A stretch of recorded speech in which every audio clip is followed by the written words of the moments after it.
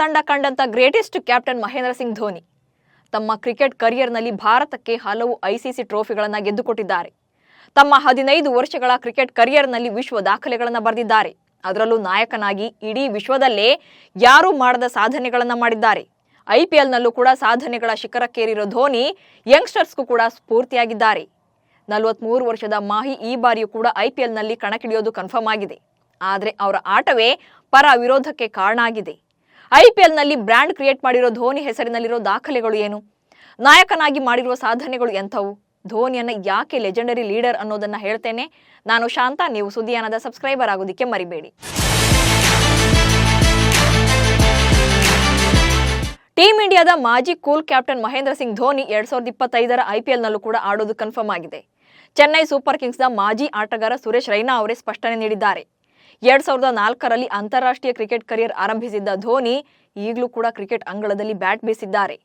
ಅಂತಾರಾಷ್ಟ್ರೀಯ ಕ್ರಿಕೆಟ್ಗೆ ವಿದಾಯ ಹೇಳಿದ್ರೂ ಕೂಡ 43 ವರ್ಷದ ಧೋನಿ ಐಪಿಎಲ್ನಲ್ಲಿ ಮಾತ್ರ ಸ್ಟಾರ್ ಪ್ಲೇಯರ್ ಆಗಿ ಅಭಿಮಾನಿಗಳ ಜೋಶನ್ನು ಹೆಚ್ಚಿಸುತ್ತಿದ್ದಾರೆ.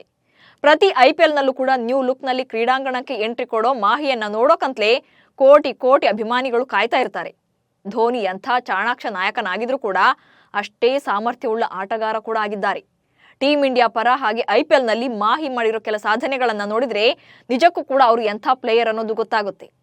ಸೊ ಧೋನಿ ಹೆಸರಿನಲ್ಲಿರೋ ಕೆಲ ಅಪರೂಪದ ದಾಖಲೆಗಳನ್ನು ಒಂದೊಂದಾಗಿ ಹೇಳ್ತಾ ಹೋಗ್ತೇನೆ ನೋಡಿ. ಐಸಿಸಿಯ 3 ಟ್ರೋಫಿಗಳನ್ನು ಗೆದ್ದ ಏಕೈಕ ನಾಯಕ ಮಹೇಂದ್ರ ಸಿಂಗ್ ಧೋನಿ ಕ್ಯಾಪ್ಟನ್ ಆಗಿ ಕ್ರಿಕೆಟ್ ಜಗತ್ತಿನಲ್ಲಿ ಅಸಾಮಾನ್ಯ ಸಾಧನೆಗಳನ್ನೇ ಮಾಡಿದ್ದಾರೆ. ಅಂತಾರಾಷ್ಟ್ರೀಯ ಕ್ರಿಕೆಟ್ನಲ್ಲಿ ಐಸಿಸಿಯ 3 ಟ್ರೋಫಿಗಳನ್ನು ಗೆದ್ದ ಏಕೈಕ ನಾಯಕನೆಂಬ ವಿಶ್ವ ದಾಖಲೆ ಮಹೇಂದ್ರ ಸಿಂಗ್ ಧೋನಿ ಅವರ ಹೆಸರಿನಲ್ಲಿದೆ. 2007ರಲ್ಲಿ ಭಾರತಕ್ಕೆ ಮೊದಲ ಟಿ20 ವಿಶ್ವಕಪ್, 2011ರಲ್ಲಿ 2ನೇ ಏಕದಿನ ವಿಶ್ವಕಪ್, ಹಾಗೆ 2013ರಲ್ಲಿ ಚಾಂಪಿಯನ್ಸ್ ಟ್ರೋಫಿಯನ್ನು ಗೆದ್ದುಕೊಡುವ ಮೂಲಕ ಧೋನಿ ಈ ಅಮೋಘ ಸಾಧನೆ ಮಾಡಿದ್ದಾರೆ. ಅಂತಾರಾಷ್ಟ್ರೀಯ ಪಂದ್ಯಗಳಲ್ಲಿ ಅತಿ ಹೆಚ್ಚು ಬಾರಿ ಕ್ಯಾಪ್ಟನ್ ಕುಲ್ ಮಾಹಿ 200 ಏಕದಿನ, 70 ಟೆಸ್ಟ್ಗಳು ಮತ್ತು 72 ಟಿ20 ಪಂದ್ಯಗಳು ಸೇರಿದಂತೆ ಒಟ್ಟು 332 ಮ್ಯಾಚ್ಗಳಲ್ಲಿ ಟೀಂ ಇಂಡಿಯಾವನ್ನು ಮುನ್ನಡೆಸಿದ್ದಾರೆ. ಈ ಮೂಲಕ ಅಂತಾರಾಷ್ಟ್ರೀಯ ಕ್ರಿಕೆಟ್ನಲ್ಲಿ ಅತಿ ಹೆಚ್ಚು ಪಂದ್ಯಗಳಲ್ಲಿ ನಾಯಕನಾಗಿ ಕಾಣಿಸಿಕೊಂಡ ಆಟಗಾರ ಎಂಬ ವಿಶ್ವ ದಾಖಲೆಯನ್ನು ನಿರ್ಮಿಸಿದ್ದಾರೆ.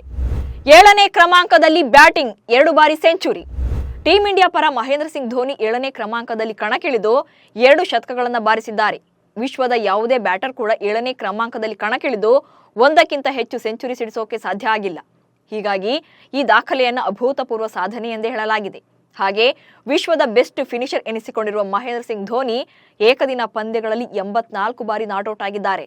ಇದು ಕೂಡ ವಿಶ್ವ ದಾಖಲೆ ಅನ್ನೋದು ವಿಶೇಷ. ಐಪಿಎಲ್ನಲ್ಲಿ ಆಫ್ ಸೆಂಚುರಿಗಳ ಕಮಾಲ್.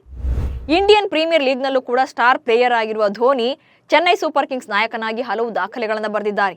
ಅದರಲ್ಲೂ 5 ವಿಭಿನ್ನ ಬ್ಯಾಟಿಂಗ್ ಕ್ರಮಾಂಕದಲ್ಲಿ ಅರ್ಧ ಶತಕ ಗಳಿಸಿದ ಏಕೈಕ ಆಟಗಾರ ಧೋನಿ.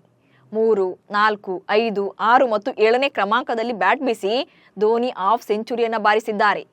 ಈ ಮೂಲಕ ದಾಖಲೆ ನಿರ್ಮಿಸಿದ್ದಾರೆ. ಬೆಸ್ಟ್ ಫಿನಿಷರ್ ಮತ್ತು ಬೆಸ್ಟ್ ವಿಕೆಟ್ ಕೀಪರ್ ಧೋನಿ. ಐಪಿಎಲ್ನಲ್ಲಿ 229 ಇನ್ನಿಂಗ್ಸ್ ಆಡಿರುವ ಧೋನಿ ಕೊನೆಯ ಓವರ್ನಲ್ಲಿ ಅತಿ ಹೆಚ್ಚು ರನ್ ಗಳಿಸಿದ ಆಟಗಾರನಾಗಿದ್ದಾರೆ. ಒಟ್ಟಾರೆ ಪಂದ್ಯಗಳ ಕೊನೆಯ ಓವರ್ಗಳಿಂದ ಸಿಎಸ್ಕೆಯ ಮಾಜಿ ನಾಯಕ ಕಲೆ ಹಾಕಿದ್ದು ಬರೋಬ್ಬರಿ 667 ರನ್ಗಳನ್ನು. ಹಾಗೆ ಐಪಿಎಲ್ನ ಯಶಸ್ವಿ ವಿಕೆಟ್ ಕೀಪರ್ ಕೂಡ ಧೋನಿ ಹೆಸರಿನಲ್ಲಿದೆ. ಸಿಎಸ್ಕೆ ನಾಯಕ 148 ಕ್ಯಾಚ್ಔಟ್ ಮತ್ತು 42 ಸ್ಟಂಪಿಂಗ್ ಮೂಲಕ ಧೋನಿ 190 ಆಟಗಾರರಿಗೆ ಪೆವಿಲಿಯನ್ ಹಾದಿ ತೋರಿಸಿದ್ದಾರೆ. 15 ವರ್ಷಗಳ ಕಾಲ ಟೀಂ ಇಂಡಿಯಾ ಪರ ಆಟಗಾರನಾಗಿ, ಕ್ಯಾಪ್ಟನ್ ಆಗಿ, ವಿಕೆಟ್ ಕೀಪರ್ ಆಗಿ ಧೋನಿ ಅಭೂತಪೂರ್ವ ಸಾಧನೆಗಳನ್ನು ಮಾಡಿದ್ದಾರೆ. ಐಪಿಎಲ್ನಲ್ಲಿ ಚೆನ್ನೈ ಸೂಪರ್ ಕಿಂಗ್ಸ್ ಕ್ಯಾಪ್ಟನ್ ಆಗಿ ತಂಡವನ್ನು ಯಶಸ್ವಿಯಾಗಿ ಮುನ್ನಡೆಸಿದ್ದಾರೆ. 17 ಸೀಸನ್ಗಳ ಪೈಕಿ 5 ಬಾರಿ ತಂಡವನ್ನು ಚಾಂಪಿಯನ್ ಪಟ್ಟಕ್ಕೇರಿಸಿದ್ದಾರೆ. 2025ರ ಐಪಿಎಲ್ನಲ್ಲೂ ಕೂಡ ಚೆನ್ನೈ ತಂಡದ ಪರ ಮಾಹಿ ಮತ್ತೆ ಕಣಕ್ಕಿಳಿಯೋದು ಫಿಕ್ಸ್ ಆಗಿದೆ. ಸೊ ಧೋನಿಯನ್ನ ಮತ್ತೊಮ್ಮೆ ಕ್ರೀಸ್ನಲ್ಲಿ ನೋಡೋಕೆ ಕೋಟಿ ಕೋಟಿ ಫ್ಯಾನ್ಸ್ ಕೂಡ ಕಾಯ್ತಿದ್ದಾರೆ. ನಿಮ್ಮ ಪ್ರಕಾರ ಧೋನಿ 2025ರ ಐಪಿಎಲ್ನಲ್ಲಿ ಆಡಬೇಕಾ ಬೇಡವಾ ಅನ್ನೋದನ್ನ ಕಮೆಂಟ್ಸ್ ಮೂಲಕ ತಿಳಿಸಿ. ಹಾಗೆ ಸುದ್ದಿಯಾನವನ್ನು ಫಾಲೋ ಮಾಡಿ. ನಮಸ್ಕಾರ.